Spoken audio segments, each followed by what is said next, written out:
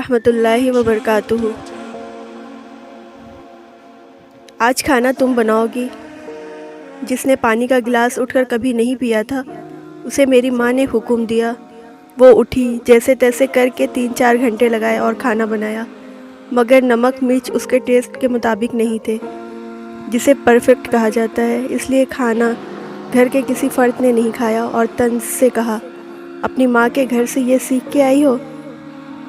मैं 8 घंटे की ड्यूटी के बाद घर आया। अभी बैग रखा था कि मेरी माँ कहने लगी, हम तो सुबह से भूखे हैं, बैठे हैं, कुछ बाज़ार से ला दो खाने के लिए। मैंने एक नज़र अपनी सहमी हुई बीवी पर डाली और मार्केट चला गया। खाना लेकर आया तो सब खाने लगे। मैंने अपनी बेगम का बाजू पकड़ा और किचन में ले गया। क्या पकाया है आज?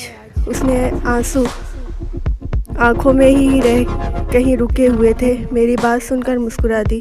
बाकी सबकी तरह तुम बाज़ार वाला खाना नहीं खाओगे? नहीं, मुझे तो अपनी बेगम के हाथ का बना खाना पसंद है। उसने किचन में मेरे लिए खाना लगा दिया। जब मैंने चखा तो इतना भी बस जायका नहीं था कि खाया न जाता, मगर उसे इतना मार्जिन ही नहीं दिया गया कि वो अपनी गलती ठीक कर लेती। कसूर मेरी बीवी का भी नहीं था कि वो मास्टर कर रही थी और शादी हो गई। उसे तालीम ने घरदारी की फुर्सत ही न दी। और कसूर मेरी माँ का भी नहीं था, जिसने हाउसवाइफ बनकर सारी ज़िंदगी अपने बच्चों के लिए अच्छा खाना बनाया था। फिर वो औरत बहू के हाथ का क्या बदमज़ा खाना कैसे खा सकती थी? मैंने उस दिन अपनी माँ की बात भी मान ली, बीवी के हाथ का बना खाना भी खा लिया। मेरे एक अमल ने मुझे अपनी लाइफ पार्टनर की नज़र में हमेशा के लिए मोतबर कर दिया, और उसकी एक मोहब्बत भरे अमल की वजह से आज वो हर किस्म की डिश बनाना सीख चुकी है। उस दिन अगर मार्केट से खाना ना लेकर आता तो माँ नाराज़ हो जाती, और अगर मैं अपनी माँ की बात सुनकर उससे सबके सामने डांट देता तो वो शायद मुझसे बदगुमान हो जाती।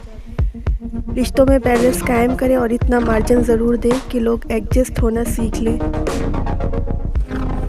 मोहब्बत का जज्बा कभी ना ख़त्म होने दें, क्योंकि मियाँ बीवी एक दूसरे के लिबास होते हैं, और लिबास ख़राब हो जाए तो फिर बड़े बाज़ार में उतारा नहीं जाता, पेबंद लगाया जाता है। रिश्तों में भी पेबंद लगाएं।